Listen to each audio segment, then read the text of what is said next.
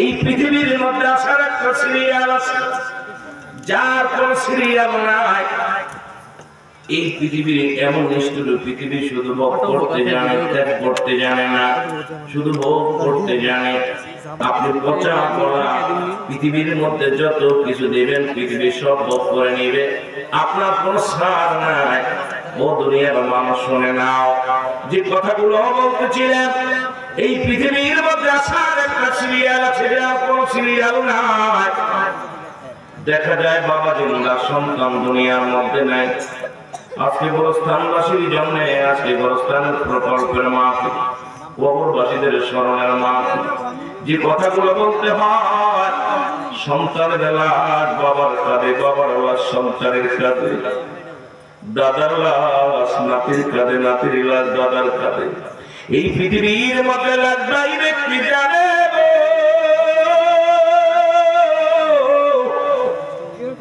ওই সন্তানের জিগাইবে তোর বাবার লাশটা কত ভারী। সন্তান বলো, দাদু পৃথিবীর মধ্যে এত ভারী বস্তু জীবনে আমি ঘাড়ে নেই নাই, আসমান জমিনের মধ্যে এত ভারী বস্তু জীবনে গ্রহণ করি নাই। আজকে কে সন্তান, কোন সন্তান যেন তার বাবার লাশ, তার মায়ের লাশ কাঁধে করে গোরস্থানে নিয়ে গেছে? কোন বাবা যেন সন্তানের লাশ কাঁধে করে নিয়ে গেছে? যে হারাইছে সেই জানে সন্তান হারানো ব্যথা, যে হারাইছে সেই জানে বাবা মা হারানো ব্যথা। আল্লাহ আজকের এই মাহফিলের খাতিরে আমাদের সবাইকে আপনি মাফ করে দিবেন। জোরে জোরে চিল্লায় বলা যাবে আল্লাহু আকবার। এ দুনিয়ার মানুষ শুনে না, পৃথিবীর মধ্যে মানুষের মৃত্যু হয় দুইটা টাইমে, দুইটা টাইমে মানুষের মরণ হয়। নাম্বার ওয়ান, এক নম্বর মানুষের মৃত্যু হয় রাতের বেলা, দুই নম্বর মৃত্যু হয় দিনের বেলা। হয় রাতে নাই দিনে, দুইটা টাইমে মরণ হয়। কয়টা টাইমে মরণ হয়? যদি চিল্লায় বলেন কয়টা টাইমে মরণ হয়? দুইটা টাইমে মানুষের মরণ হয়। এর একটা হলো দিনে, একটা হলো রাতে। এ মুসলমান, আমার আল্লাহ দাঁত শুরু করেছে নামাজ দিয়া, দিন শুরু করেছে নামাজ দিয়া। আর তুই যেন বলে এর দিনের শুরু হলো মুসলমান, দিনের শুরু হলো ফজর। ও বান্দা, তুমি মুসলমান, তুমি ইমানদার, তুমি কেমন মুমিন প্রমাণ করে দিছে আমার আল্লাহ দিনটা শুরু করেছে নামাজ দিয়া। এর ফজরের 2 রাকাত সুন্নাত নামাজ তুমি আদায় করবা, সঙ্গে সঙ্গে তুমি হয়ে গেলে আমার নবীর প্রেমিক। এখন বলো আমি আখিরি নবীর উম্মত, আমি সুন্নি, আমি মুসলমান। আরে দাবি করো, বুকে হাত দিয়ে দাবি করো, নামাজ পড়ো না, বুকে হাত দিয়ে দাবি করো, মুখের মধ্যে দাড়ি করে সাফিয়া কাটিয়া। এর মুসলমান সপ্তাহে 7 দিন কিরিন চেক করো, আর আমি নবীর উম্মত, আমি নবীর উম্মত। কেমনে নবীর উম্মত বলে দাবি করো? আরে মুসলমান, এর নবীর আদর্শ যদি তোমার ভিতরে না থাকে, নবীর খাসলাত, নবীর চরিত্র যদি তোমার ভিতরে না থাকে, তুমি মুসলমান আর কাফেরদের মধ্যে একই পার্থক্য যদি না হয়, কেমন মুসলমান বলে দাবি করবা? জোরে জোরে চিল্লায় বলা যাবে আল্লাহু আকবার। এ দুনিয়ার মুসলমান শুনে না, এবার 2 রাকাত সুন্নাত নামাজ তুমি আদায় করলা, হয়ে গেল নবীর প্রেমিক। ও মুসলমান শোনো, এবার 2 রাকাত ফরজ নামাজ তুমি আদায় করলা, সঙ্গে সঙ্গে হয়ে গেল তুমি আল্লাহর গোলাম। মানুষের গোলাম হইতে মজা লাগে, আল্লাহর গোলাম হইতে বুঝি কষ্ট হয়। এর মানুষের হুকুম মানছো, এমন ভাবে মানছো, মানুষের প্রমাণ মানো, মানুষকে নেতা বানাইয়া পূজা করো, কিন্তু আল্লাহর বিধান ভুইলা গেছো রে মুসলমান। এবার 2 রাকাত ফরজ নামাজ তুমি আদায় করলা, এখন দিনের মধ্যে যদি তোমার মৃত্যু হয়, তোমার যদি মৃত্যু হয়, তোমার মরণটা হবে আমার নবীর প্রেমিক, আল্লাহর গোলাম। এই দুনিয়াতেও শান্তি, কবরের জিন্দেগিতেও শান্তি। জোরে জোরে চিল্লায় বলা যাবে না আল্লাহু আকবার। এখন যদি কই ভাই কয়জন ফজরের নামাজ পড়ছে, মাশাআল্লাহ, কবি বক্তার দাওয়াত দিছে কেন? নামাজের ওয়াজ। আর নামাজের ওয়াজ তো আপনাদের নিয়ে করব না, নামাজের ওয়াজ দিব অমুসলিমদেরকে। মুসলমানদের কিসের নামাজের ওয়াজ? মুসলমান আজকে মুসলমানের ঘরে জন্ম নিয়েছে, মসজিদে লোক নাই, আর এই শীত আসতেছে, ঠান্ডা যত পড়বে মুসল্লি তত ভাগবে। যে বলে ঠিক কি? যত শীত আসবে অনেক মসজিদে খালি দেখা যায় ইমাম সাহেব মজেম শেখ, ইমাম শেখ দায় ঠিকছে আজান দিতে ওই মজেম, আর ইমাম কয় আমার চাকরি চলে যাবো, এখন কি আর করবো। মুসল্লিরা কয় টাকা তো বেশি, কথা বলতে না, টাকা দিয়ে তো বেশি, আমরা না বললে বাবু তো কি করে বলে ঠিক কি না?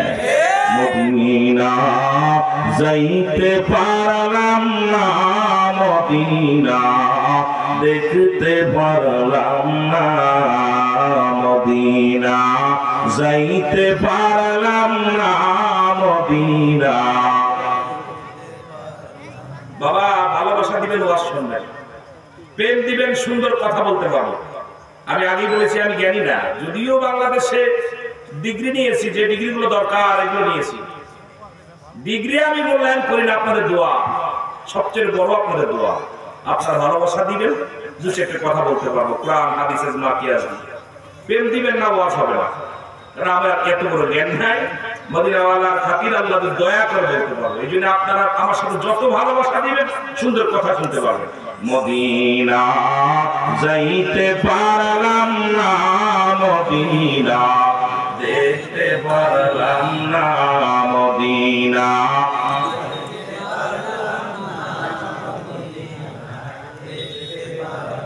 আমি অসহায় এত দূরে রয়ে, বলো অসহায় এত দূরে রয়ে, দূর থেকে সালাম জানাই, বলো দূর থেকে জানাই, মদিনা যাইতে পারলাম না, মদিনা দেখতে পারলাম না, মদিনা যাইতে পারলাম না, মদিনা। মদিনা মদিনা কত যে সুন্দর,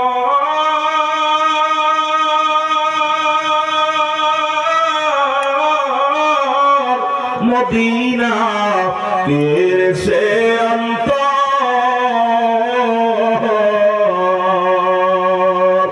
এই গরিব দুঃখীর সালাম খানি, গরিব দুঃখীর সালাম খানি পৌঁছাই দিও মদিনায়, মদিনায় যাইতে পারলাম না, মদিনা। যারা হজে গেছেন, মদিনা জিয়ারত করতে গেছেন, মদিনার সৌন্দর্য দেখা পাগল হয়ে গেছে, মন চায় না দেশে ফিরতে।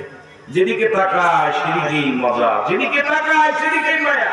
মদিনা যাইতে পারলাম না, মদিনা দেখতে পারলাম না, মদিনা যাইতে পারলাম না, মদিনা।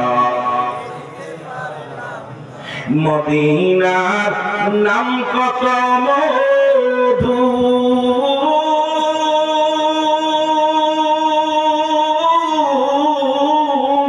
মদিনা আর যে কত দূর, ওই মদিনার পথের ধুলি, ওই মদিনার পথের ধুলি মারতে পারলাম না রে, আমি যাইতে পারলাম না, মদিনা দেখতে পারলাম না, মদিনা যাইতে পারলাম না, বলেন মদিনা যাইতে পারলাম না, মদিনা। এই দুনিয়ার মুসলমান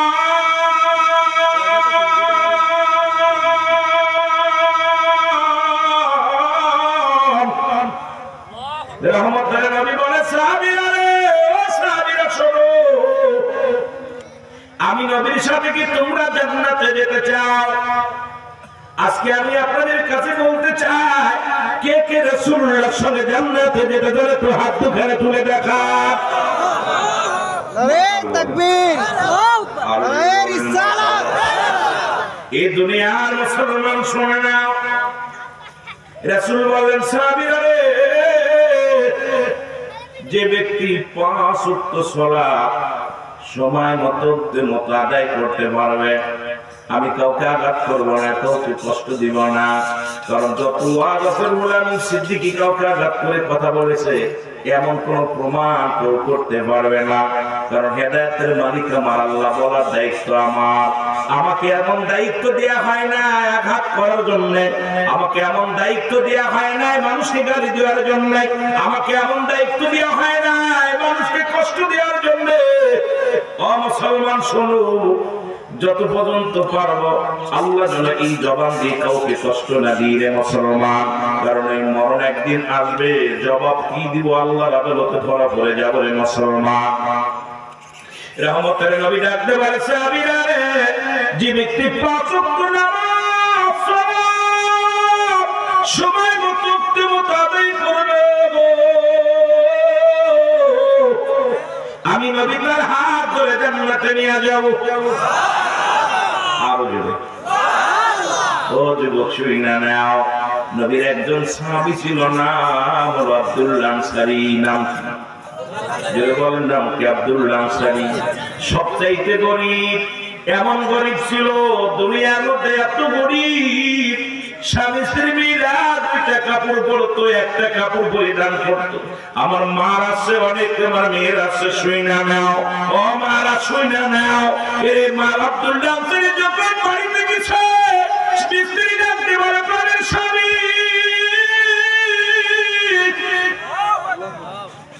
রহমতের নবী কি ওয়াজ করছে বলো,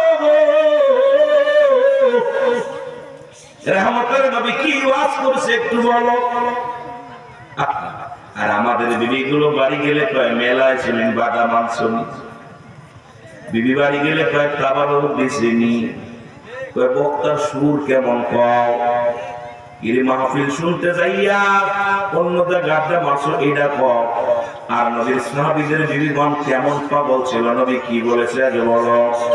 আব্দুল্লাহ আনসারী কয়, বিবি রহমতের নবী বলছে, ও আমার সাহাবীরা শুনো, যদি কোন ব্যক্তি 5 ওয়াক্ত নামাজ সালাত সময় মতো আদায় করতে পারে, আল্লাহ নবী তার হাত ধরে জান্নাতে নিয়ে যাবে।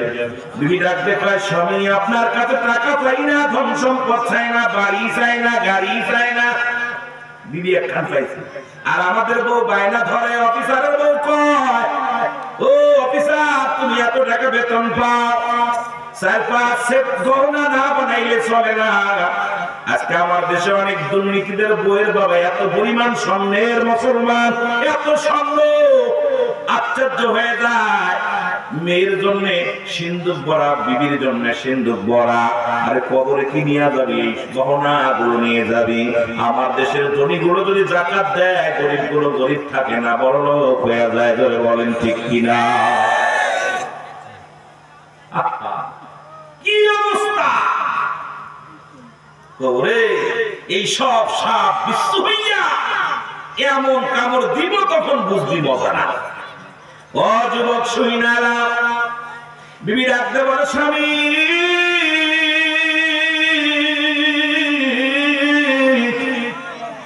আপনার কাছে কিচ্ছু চাই না, আপনি একটু সুযোগ করে দিবেন। যেহেতু আপনার সংসারে কাজ করতে হয়, আপনার সন্তান আদি আমার লালন পালন করতে হয়, আপনি একটু সুযোগ করে দিবেন, আমিও যেন সময় মতো 5 ওয়াক্ত নামাজ আদায় করতে পারি। আপনি রাসূলুল্লাহর সঙ্গে জান্নাতে যাবেন, আমারও যেন নিয়ে যান গো স্বামী, আমিও আপনার সঙ্গে রাসূলুল্লাহর সঙ্গে জান্নাতে যেতে চাই। জোরে বলেন মারহাবা। মদিনা দেখতে পারলাম না, মদিনা আরো জোরে বলেন না, মদিনা যাইতে পারলাম না, মদিনা আমি অসহায় তাই এত দূরে রয়ে, বলো অসহায় তাই এত দূরে রয়ে, দূর থেকে সালাম জানাই, বলো দূর থেকে জানাই, মদিনা দেখতে পারলাম না, মদিনা মদিনার উবল হাওয়া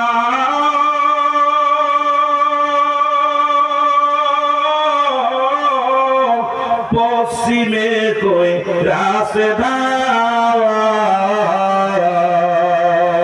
এই বসত সহবতপুরের সালাম খানি টাঙ্গাইল জেলার সালাম খানি পৌঁছাই দিও মদিনায় বলো পৌঁছাই দিও মদিনায় মদিনায় যাইতে পারলাম না মদিনা দেখতে পারলাম না মদিনা যাইতে পারলাম না মদিনা আমি অসহায় তাই এত দূরে রয়ে বলো অসহায় তাই এত দূরে রয়ে দূর থেকে সালাম জানাই বলো দূর থেকে সালাম জানাই মদিনা মদিনা দেখতে পারলাম না মদিনা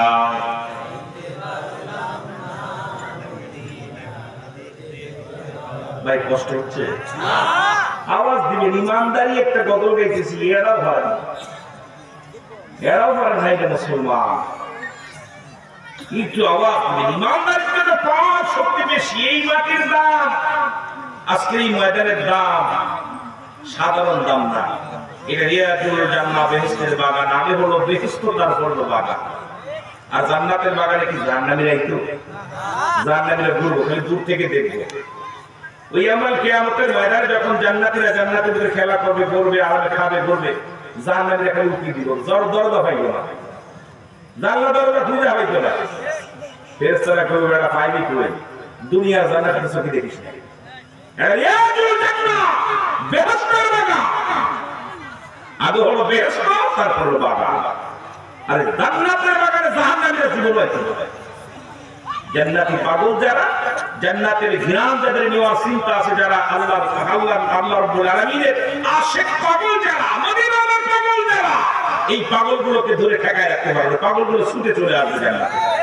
ঠিক কি ওরাই তো হই কাণ্ড রই ব্যাপার আসিতেছে এক ঝাঁক দানা কাটা ফুল নাসিবে কিটা কমলা সুন্দরী আরে বাবা টিকিট 300 টাকা আইয়া সামনের কাতারে বইতো জোরে কর ঠিক কি পকেট থেকে টাকা নিয়ে এনে এইরকম শুয়ে মারতে দেয় জোরে কর ঠিক কি ওদের কাছে টাকা চাই না যুবক টাকাও চাই না গানও গাইতে চাই না জীবনে একটা দিন হয়তো জীবনে কত যুবক লেখাপড়া করে চাকরি করবো চিন্তা করছে আজ এই লেগে গেছে কত যুবক বিদেশে যাবে পাসপোর্ট করা শেষ আজ এই লেগে গেছে সাদ্দাত যেমন জান্নাত বানাইলো আল্লাহ কাজ যাওয়ার ঢুকতে দিস না কত শখ করে বানাইছে শেষ ঠিক কিনা ঠিক কিনা এই যে দাদু ভাই তার জীবনের শেষ মাহফিল বলতে পারি যেটুকু সময় পাবেন 80 বছর 50 বছরের জিন্দেগি পাইছেন এই সময় অবহেলা না হারাইয়া এই জান্নাত যখনই দেখবেন আপনি আল্লাহর জিকির করবেন আমার নবীর প্রেমের পাগল হইবেন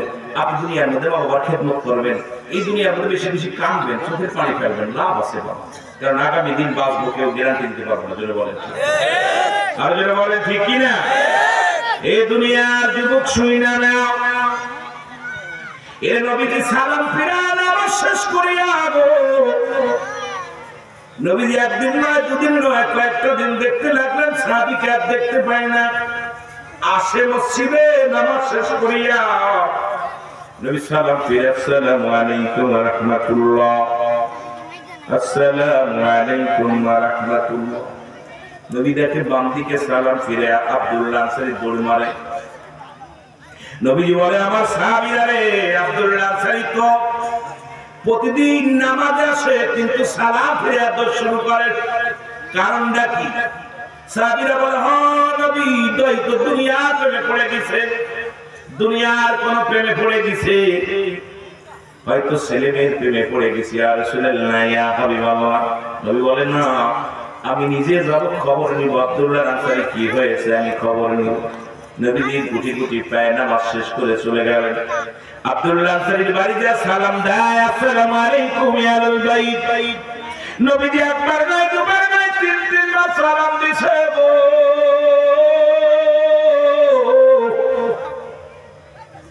একবার সালামের জবাব পাই নাই নবীর সালামের জবাব না পাইয়া নবী একটু গুসা হইয়া মনে মনে কষ্ট পাইয়া ফিরে চলে আসলেন।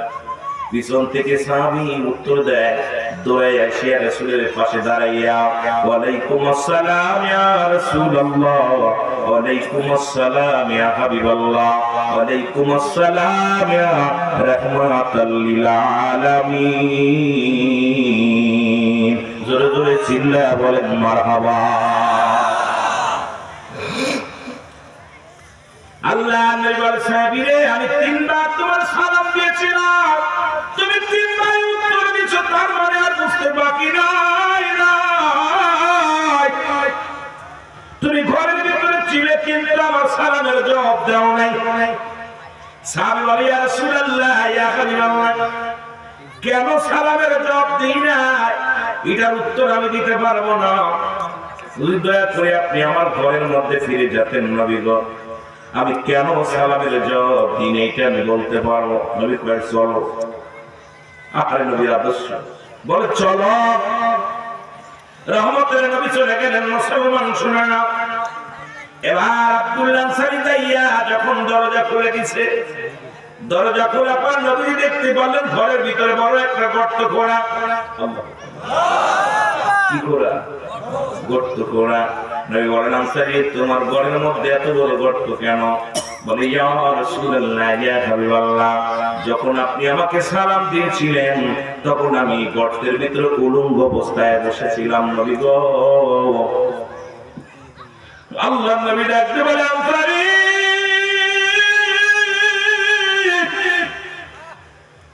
তুমি কি শোনাও? আনসারী বলে, নবী গো, আপনি যখন আমার সালাম দিয়েছিলেন নবী গো, আমি আনসারী তখন উলঙ্গ অবস্থায় গর্তের মধ্যে বসেছিলাম। নবী কয়, কেন, কিসের জন্য বসেছিলাম? আমি বলে, নবী গো, আমরা স্বামী স্ত্রী মিলিয়ে মাত্র একখানা পোশাক, একখানা কাপড়, জনাদান পড়ে যায়, আমার বিবি গর্তের মধ্যে উলঙ্গ হয়ে বসে থাকে, আমি নামাজে চলে যাই, নামাজ শেষ করে দৌড়ে বাড়ি আসি, ইয়া রাসূলুল্লাহ, ইয়া হাবিবাল্লাহ, আবার আমি গর্তের মধ্যে প্রবেশ করে কাপড়টা খুলে দিই, আমার বিবি এই কাপড়টা পরিধান করে নামাজ আদায় করে। আমার নবী কয়, সাহাবীরে কি শুনাইলা? বলে, ইয়া রাসূলুল্লাহ, ইয়া হাবিবাল্লাহ, আমার বিবি আমার কাছে দাবি করেছে, স্বামীরে আপনি 5 ওয়াক্ত সালাত জামাতের সঙ্গে আদায় করিয়া জান্নাতে যাবেন রাসূলুল্লাহর সঙ্গে, আমাকে সঙ্গে নিবেন নবী স্বামী গো, আমাকে একটু সুযোগ দিবেন, আমিও যেন সাথে যেতে পারি। তখন থেকে নবী গো আমি সালাম ফিরে দৌড়ে বাড়ি আসি, যাতে আমার বিবির সময় মতো নামাজটা আদায় করতে পারে। আমার নবী ডাকতে বলে, আনসারী আমি নবী ওয়াদা করলাম, কথা দিলাম, তোদের স্বামী স্ত্রী দুজনকে নিয়ে আমি নবী জান্নাতে যাব। জোরে বলেন মারহাবা। এ যুবক ভাইরা আমার শুনে নাও, এই সবতপুরের জমিনে এমন কোন গরিব নাই যার এক টুকরা কাপড় আছে গো, যে ভিক্ষা করে খায় তার 10 কান 12 কান কাপড় আছে, যে ফকির তার 4-5টা কাপড় আছে। জোরে বলেন ঠিক কিনা? এর নবীর সাহাবীরা যদি এক কাপড়ে স্বামী স্ত্রী নামাজ পড়তে পারে, আজকে মুসলমানের এত নামাজের ওয়াজ দরকার কি? মুসলমান শোনো, এরপরও এত সুযোগ পাওয়ার নামাজ তোমরা আদায় করো না। কাফের এবং মুসলমানদের মধ্যে পার্থক্য হলো নামাজ। ও দাদু ভাইরা শুনে নাও, এই নামাজ তুমি ছেড়ে দিছো রে মুসলমান। কি ওয়াজ করবো আজকে? ওয়াজ তো নাই, দেশের মধ্যে ওয়াজ নাই, পর্দার ওয়াজ করা যায় না, নামাজের ওয়াজ করা যায় না, সুদ ঘুষের ওয়াজ করা যায় না, সমাজ জাতি শেষ হয়ে গেছে রে বাবা। কিন্তু একবার কি চিন্তা হয় না, এই দুনিয়া থেকে বিদায় নিতে হবে, মরণের পেয়ালা পান করতে হবে, মরণ যে কোনো মুহূর্তে আসতে পারে, দুনিয়ার জিন্দেগি শেষ হয়ে যাবে, ওই কবরের জিন্দেগি আসবে, ওই কবরের জিন্দেগি যদি ভালো না হয় বিপদের কোনো শেষ নাই। জোরে বলেন ঠিক কিনা? স্বামী স্ত্রী মিলা এক কাপড়ে নামাজ পড়েছে, জামাত ছাড়ে নাই। আর আমাদের দেশে আজান পড়লে মুসল্লিদের খোঁজই পাওয়া যায় না। আসতে পথে 2টা মসজিদে আমরা আসর পড়লাম, জোহর পড়লাম, দেখি অবস্থা গ্রামের মধ্যে 7 জন 8 জন। আশ্চর্য হয়ে যায়, এগুলো দেখলে লজ্জা লাগে। ইমাম রেজি গাইলাম, হুজুর কত লোক আছে? 300 ঘর। কয়শো ঘর? 300 ঘর। মুসল্লি 7 জন, বাকিগুলো কি মারা গেছে? এই সমস্ত বড় কষ্ট, দুঃখজনক। এগুলো কি একবার কারে বুঝাইবো? ভালো মন্দ পাগলও বোঝে, কোনটা ভালা কোনটা মন্দ পাগলে বোঝে না। কথা বলেন না কেন? যার যার ভালো সে তো পাগলও বোঝে। আমার ভালো আমি নিজে কেন বুঝতেছি না? কেন জ্ঞান নাই? কেন বিবেক নাই? এগুলো ভাবতে গেলে বড় কষ্ট হয়। একটু মহব্বতের সঙ্গে জিকির করলাম, আরো জোরে লা ইলাহা।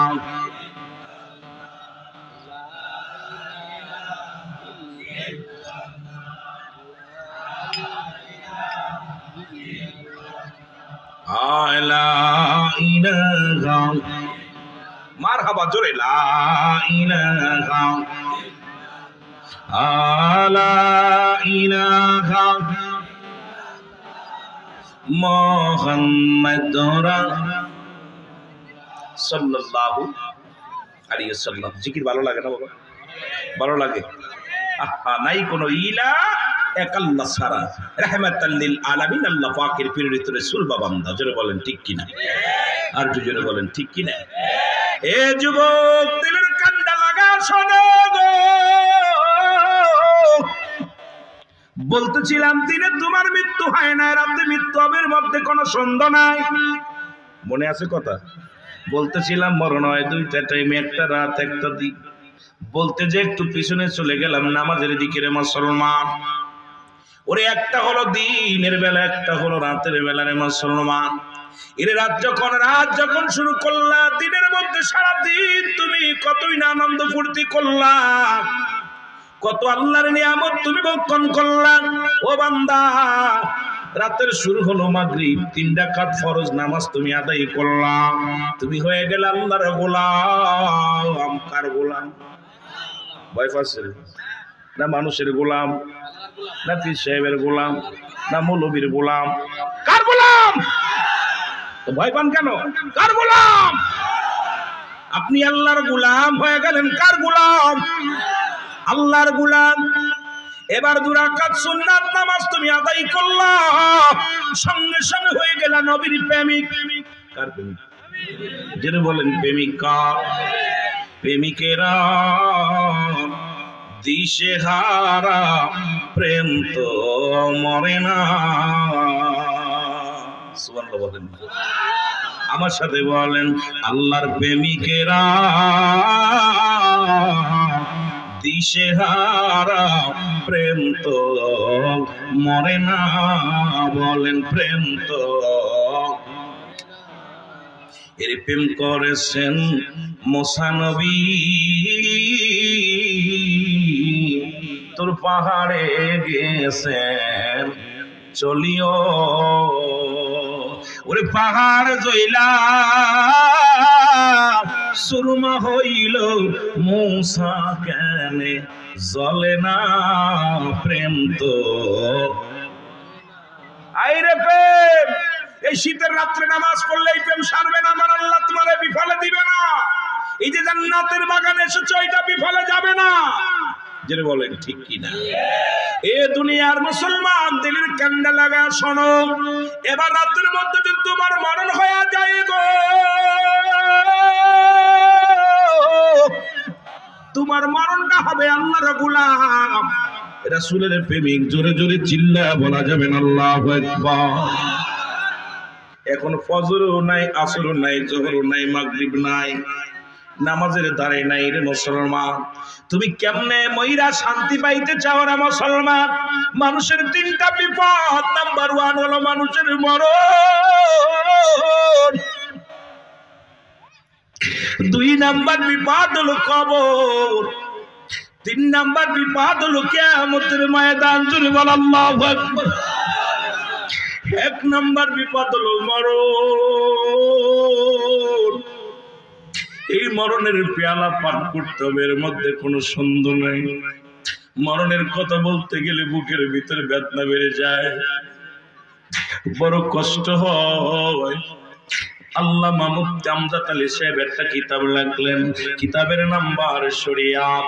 এই কিতাবের মধ্যে লিখতে যা বললেন, দুনিয়ার মানুষ শোনো, মানুষ যখন মারা যায় 70টা তাজা উঠের গায়ের চামড়া জবাই না করিয়া উল্টো দিকে টান দিয়া লবণের মরিচ লাগা দিলে যতটুকু যন্ত্রণা হয় রে, এর চাইতে 70 গুণ যন্ত্রণা হলো একটা সাধারণ মৃত্যু। এখন আমরা কত মানুষের লাশ গোসল করাইলাম, কত মানুষের দাফন করাইলাম, কত মানুষের জানাজা পড়াইলাম, দেখা যায় বাবা মৃত্যুর কালে জিহ্বাটা বড় হয়ে গেছে, মরণের সময় চোখ দুটি বড় বড় হয়ে গেছে, মরণের সময় বাবা মা পায়খানা প্রস্রাব করে দিছে, মরণের সময় মুসলমান এক রঙ্গ পড়ে গেছে, ওই চোখ দুটি কত বন্ধ করতে যায়, বন্ধ করা যায় না। এই যুবক দিলের কান্না লাগা শোন, ওই জিহ্বাটা বাইর হয়ে গেছে, জিহ্বাটা ভিতরে দেওয়া যায় না। কত মানুষ পায়খানা প্রস্রাব করে দেয়। এই পৃথিবীর মধ্যে মৃত্যুর যন্ত্রণা থেকে বাঁচার সম্ভাবনায় যে কোনো মুহূর্তে আমি আপনি চলে যেতে পারি, এই মরণের চিন্তা আমাদের করার দরকার আছে কি না? জোরে জোরে চিল্লায় বলা যাবে না, ঠিক কি না? কুরআনুল কারীমের মধ্যে যতগুলো আয়াত আছে আপনি অস্বীকার করতে পারেন, ছোট্ট একটা আয়াত অস্বীকার করার মতো ক্ষমতা নাই। আল্লাহ রাব্বুল আলামিন বলেন, কুল্লু নাফসিন যায়কাতুল মাউত। রাসূল বলে মেরকাত সূরা মেরকাতের 10ম খণ্ড 722 নম্বর পৃষ্ঠা, তাফসীরুল বায়ান 5ম খণ্ড 524 নম্বর পৃষ্ঠা। রাসূল বলছে লা ইয়ামুত। আরে মুসলমান, এমন ইমানদার হও, এমন ইমানদার হও, এমন আল্লাহর গোলাম হও, এমন নবীর প্রেমিক হও গো, যে দেহটা আল্লাহর জন্য করো, যে দেহটা তুমি কবরের জন্য প্রস্তুতি করেছো, যে দেহটা তুমি মুসলমান জান্নাতের আশায় করেছো, এমন একটা দেহ যদি হয়, রাসূল বলে লা নাই খৌফুন শব্দের অর্থ হয় লাইয়া মউত, তাদের মৃত্যু নাই। মুসলমান শুনে নাও, আলা সাবধান, ইন্না নিচালা ইন্নাউল্লাহি, আল্লাহর তরফ থেকে যারা আল্লাহর মাহবুব বান্দা হয়, আল্লাহর প্রিয় বান্দা যারা হয়ে যায়, আল্লাহর প্রিয় কনিষ্ঠ বান্দা যারা হয়ে যায়, রাসূল কয় লাইয়া তাদের মৃত্যু নাই। ও যুবক, দিলের কান্না লাগা শুইনা লও, আজকে তুমি ফজরের নামাজ এত কষ্ট করে জাগিয়া জাগিয়া তুমি আদায় করলা, আল্লাহর জিকির করলা, হালাল খাইলা, দুনিয়ার জিন্দেগি তুমি কষ্ট করে কাটাইলা, দুনিয়ার লোভ লালসার মধ্যে নাই, দুনিয়ার কোন প্রেমের মধ্যে নাই, আল্লাহর প্রেম দরিয়ার মধ্যে ডুব দিয়ে ইবাদত বন্দেগি করলা। এমন দেহ যদি গড়তে পারো, এই দুনিয়া থেকেও শান্তি, কবরের জগতেও শান্তি। এই দেহটা বানানোর দরকার আছে কি না? আর একটু জোরে জোরে চিল্লায় বলেন, আছে কি না? আমার মরণ আসিবে কখন কেউ তো জানি না,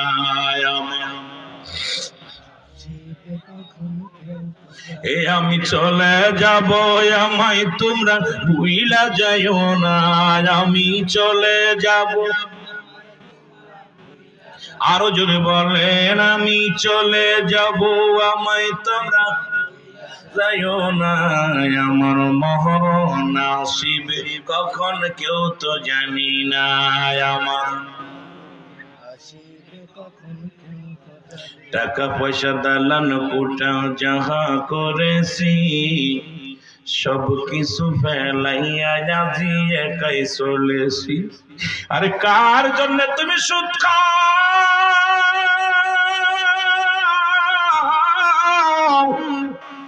কার জন্য তুমি ওজনে ফাঁকি দাও, কার জন্য তুমি মুসলমান ঘুষ খাও, কার জন্য পরের সম্পদ লুইটা লও, কার জন্য মানুষকে কষ্ট দাও।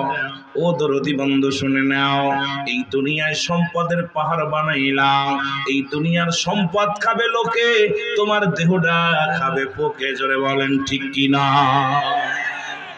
পোকামাকড়ে খাবে তোর দেহ খানা।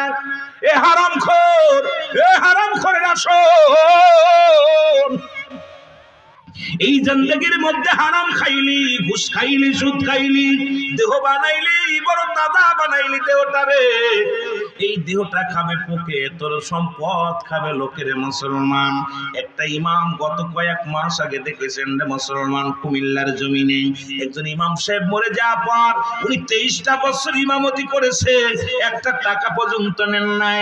এই 23 বছর ইমামতি করেছেন, কোনোদিন কোন মুসল্লির বাড়ি যায় ভালো মন্দ খায় নাই।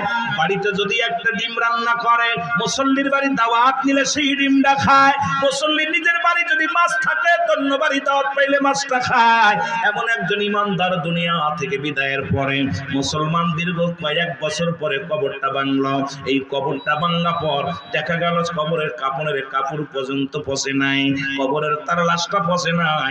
ও দরদি বন্ধু শুই না নাও, এবার তার ছেলেকে জিজ্ঞাসা করা হলো, বলল আমার আব্বা জান, আমি দেখেছি যখন বড় হয়েছি, আমার আব্বারে দেখেছি মানুষ যখন ঘুমায় পড়তো, ওই নিশি রাত্রে জাগিয়া জাগিয়া আমার আব্বা জান তাহাজ্জুদের নামাজ আদায় করতো।